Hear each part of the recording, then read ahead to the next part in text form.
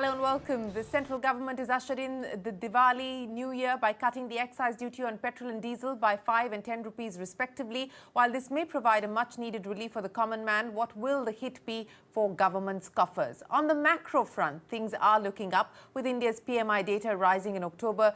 In addition, we've seen the second highest ever GST collection since the implementation of the goods and services tax. To discuss all of this and more and the state of the economy, joining us today is the Revenue Secretary, Mr. Tarun Bajaj. Mr. Bajaj, always a pleasure. Many thanks for joining us here on CNBC TV 18. Let me start by talking to you about that cut in excise duty. Much awaited, finally came through just ahead of Diwali. I know that the decision as far as the timing of the cut was concerned was a political one, but the quantum, that must have been taken on account of considerations of expenditure as well as revenue. Can you explain to us what the arithmetic is going to be on account of the excise duty reduction and whether that will result in any need for any additional borrowing by the government?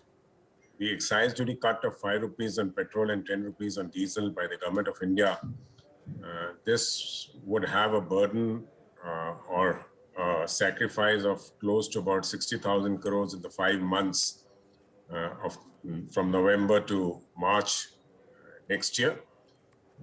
As far as the arithmetic is concerned, we are having a good revenue growth this year, while the expenditure has also grown in some areas, as you would know, and the Finance Secretary has actually mentioned that in the media earlier. Let us see how things pan out from here. We are hopeful that we should be close to the fiscal deficit target that we have already mentioned. And I'm sure with some efforts going on the revenue front, we should be able to cover that up. And unless there is something else that surprises us in the coming 5 months, I think we should be fine. Okay, so you're betting on the fact that revenue collections have been strong and in fact are expected to exceed the target that you had set out as far as the budget is concerned of 15.45 lakh crore rupees. Let me ask you about whether at this point in time, given the expenditure considerations, you feel that there could be any change as far as the market borrowing is concerned. The expectation and the assumption is that the government will stick to its borrowing calendar. Is that a fair assumption? To be very frank with you, this is something that my colleague here looks after, so the exact arithmetic he would know. But I can say that as of now, there is no such plan of increasing the borrowing immediately.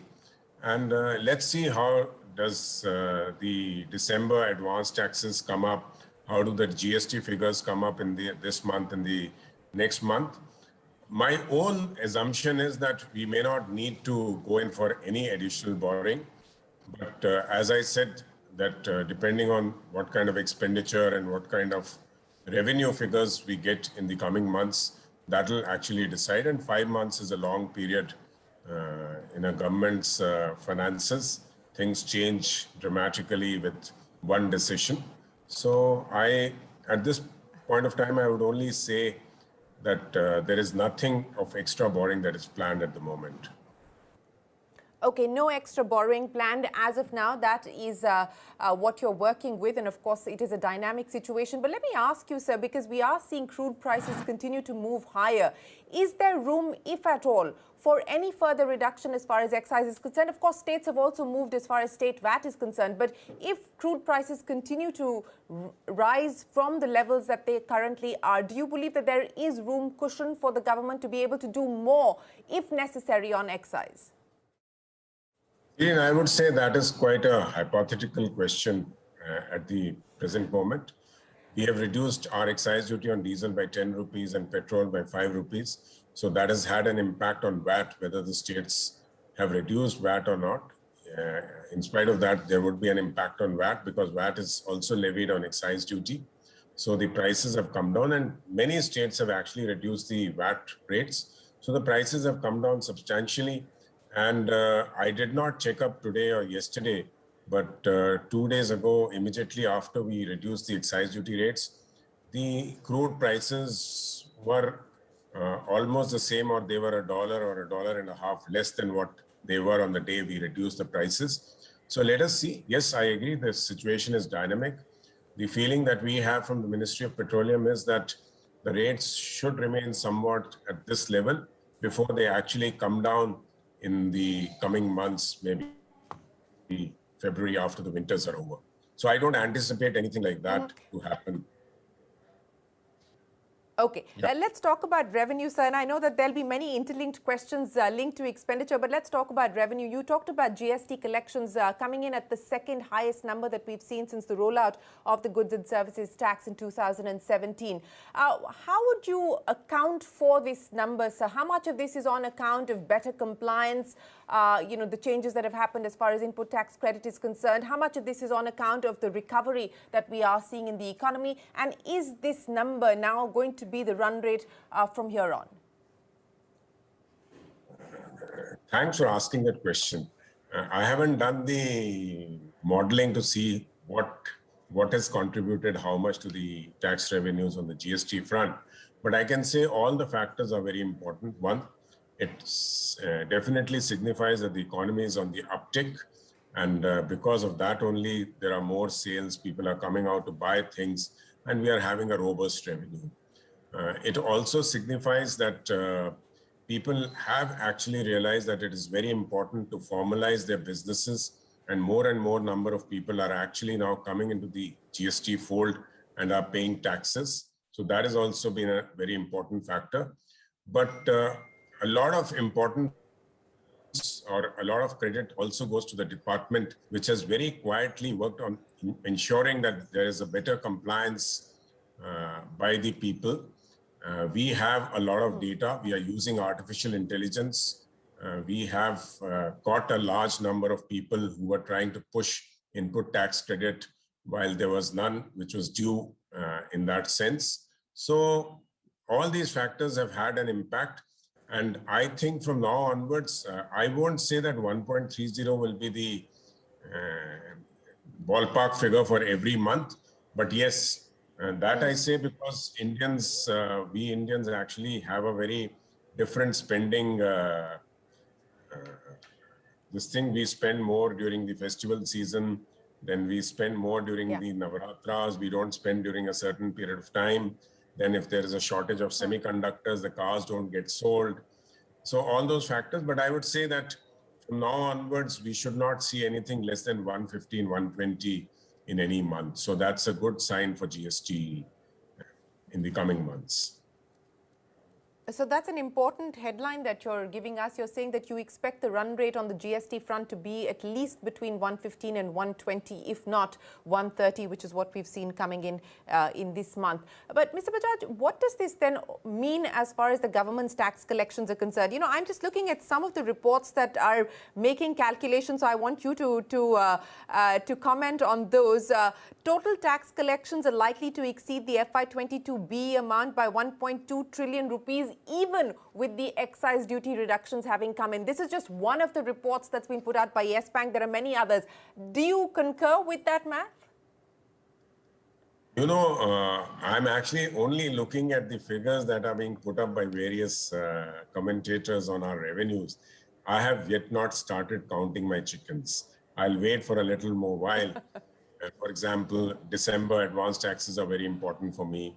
The December or January GST is very important for me because those are the leaner months as compared to the months that have gone by. But yes, I would concede this fact that in spite of the duty cuts, not only the excise duty cuts, we've also cut duties on edible oils, and there has been some other reliefs also. That is also going to cost us close to about 20,000 crores in the coming 5 months. So in spite of all this, both on the direct and indirect taxes, I expect that the B figures would definitely be exceeded. Let us see by how much. So it's too early for me to make a comment on that. But yes, I'm pretty confident that we'll be able to overachieve our budgeted estimate targets, both on direct taxes and indirect taxes. Well, you won't give me an estimate of how much better you believe that you're going to be able to do. But let me then ask you about what the demands are on the expenditure side. And of course, you are going to have to factor that in between your department as well as, the expenditure side, sir. We've already seen, as far as the NREGS is concerned, the expectation is that there will have to be a significant additional spending requirement. States like Tamil Nadu have written to the Prime Minister saying they've already sitting with a liability, unpaid liability of over 1,000 crore rupees. What could be the additional spending requirement for things like NREGS for the food subsidy program as well?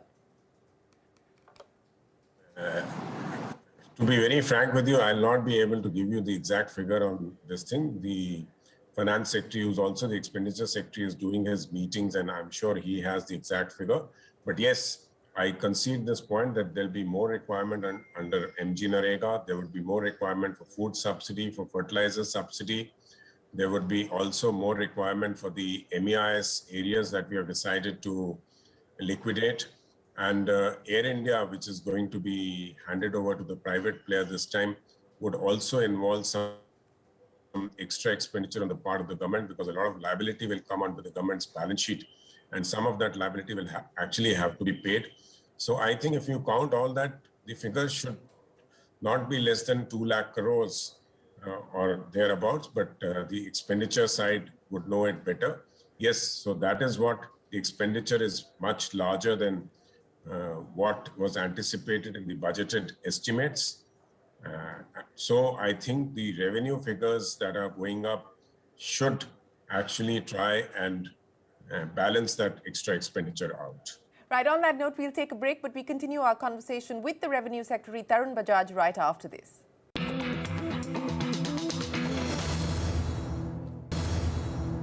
Welcome back. You're watching State of the Economy. We're in conversation with the Revenue Secretary Tarun Bajaj. Let me then ask you about what the road ahead looks like as far as GST is concerned, sir. In the previous meeting, there wasn't any significant rate decision. Are we expecting now any further movement on a special session being called to address the compensation issue, because states have requested or asked, demanded that the compensation continue beyond July of 2022? Is that on the cards? Is that a consideration at this point in time? And can we expect anything material as far as the GST rate slabs are concerned? We did a few tinkering in the last GST Council meeting, for example, textiles, footwear, then copper ores. Some items we did tinker, but the effect of that would be visible maybe in this month or the next month only, because it's got a lag of a month before the actual benefits accrue to us.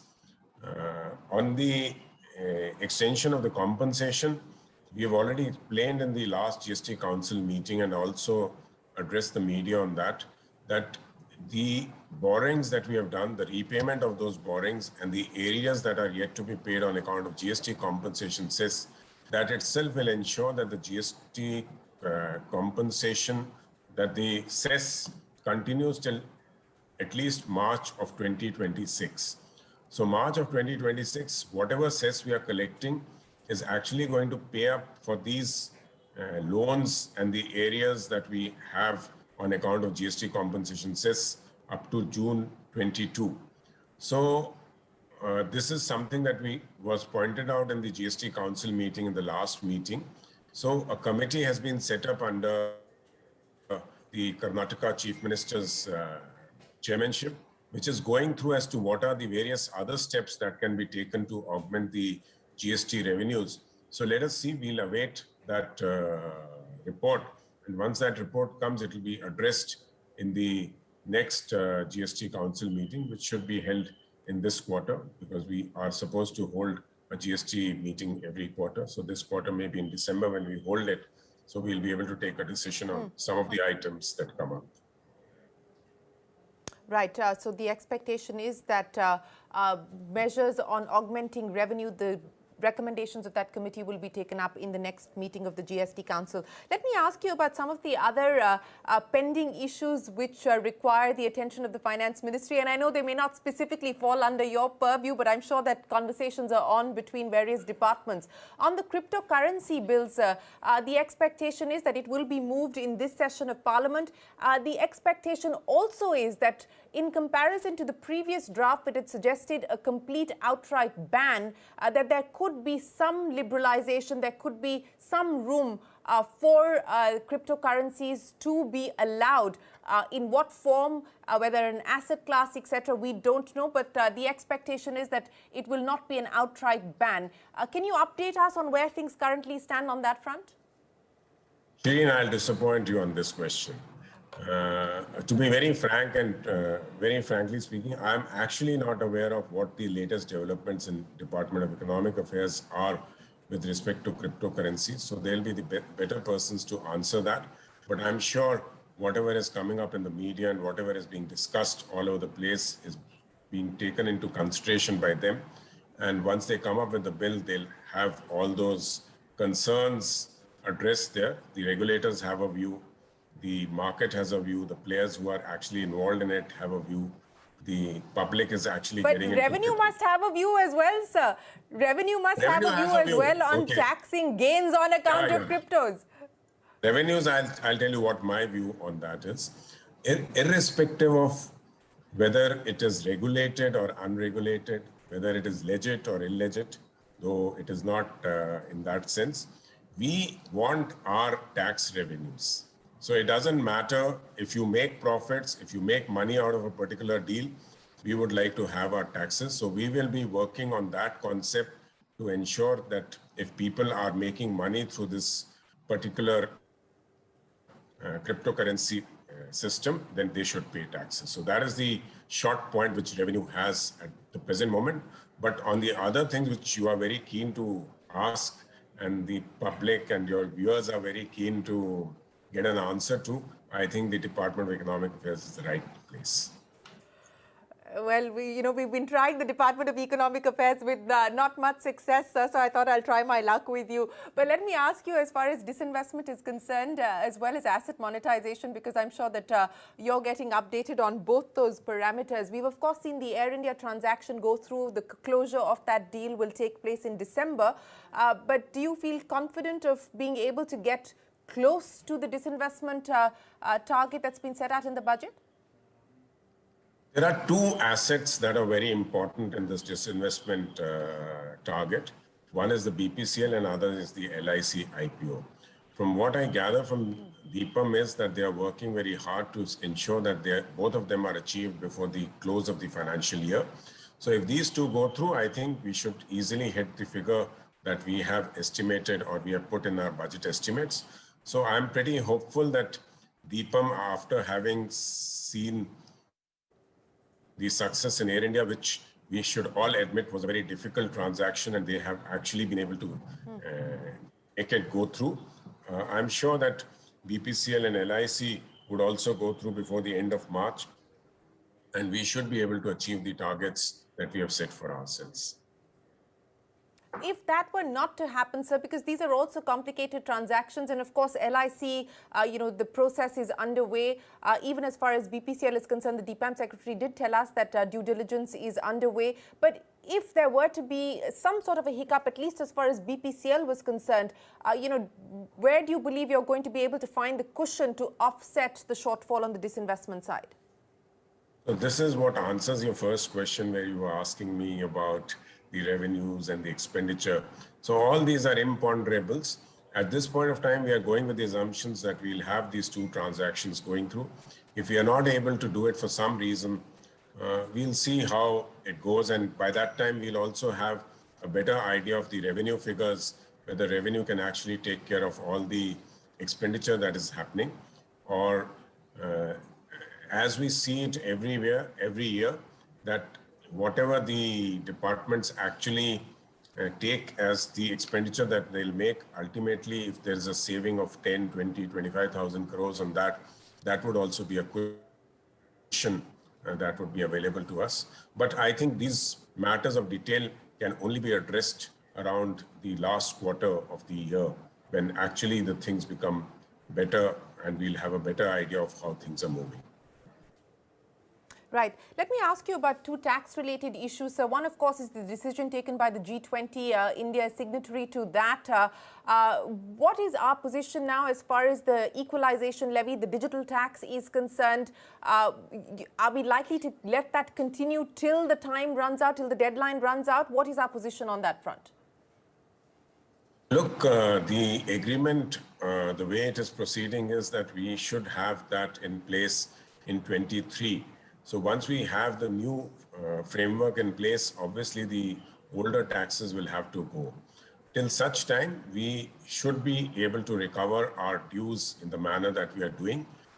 Having said that, I should also comment that the taxes that we are getting from this particular equalization levy is not so huge that it will make a huge difference if we do it or if we don't do it.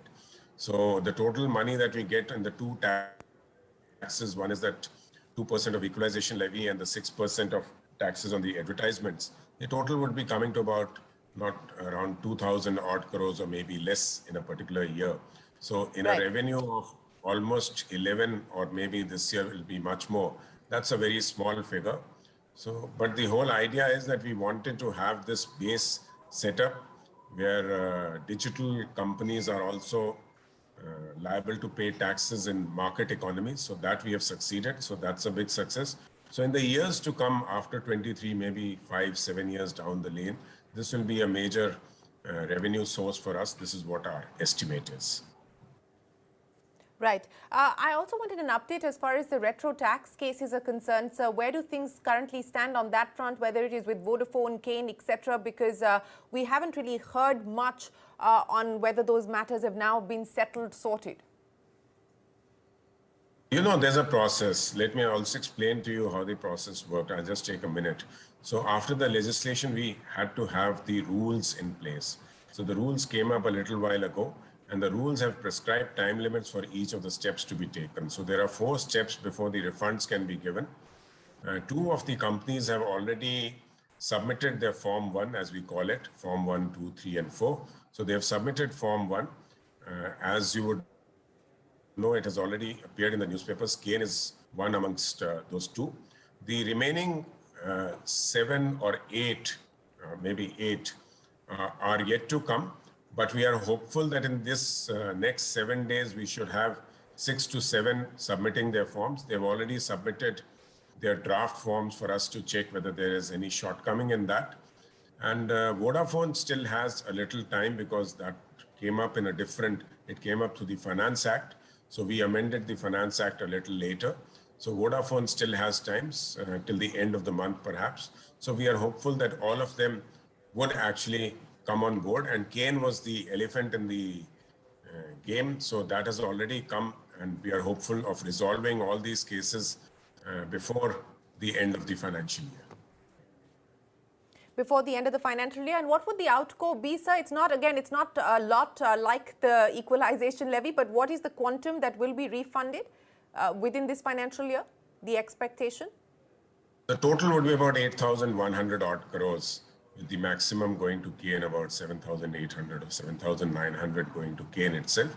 The remaining basically are litigation or issues that would be closed. Mr. Bajaj, always a pleasure. Appreciate you joining us here on CNBC TV 18. Many thanks for your time and for giving us a sense of where things currently stand on a whole raft of issues. Thank you so much. Thanks very much indeed. We'll take a break here on the state of the economy. Don't go anywhere. We're back with more on the markets right after this.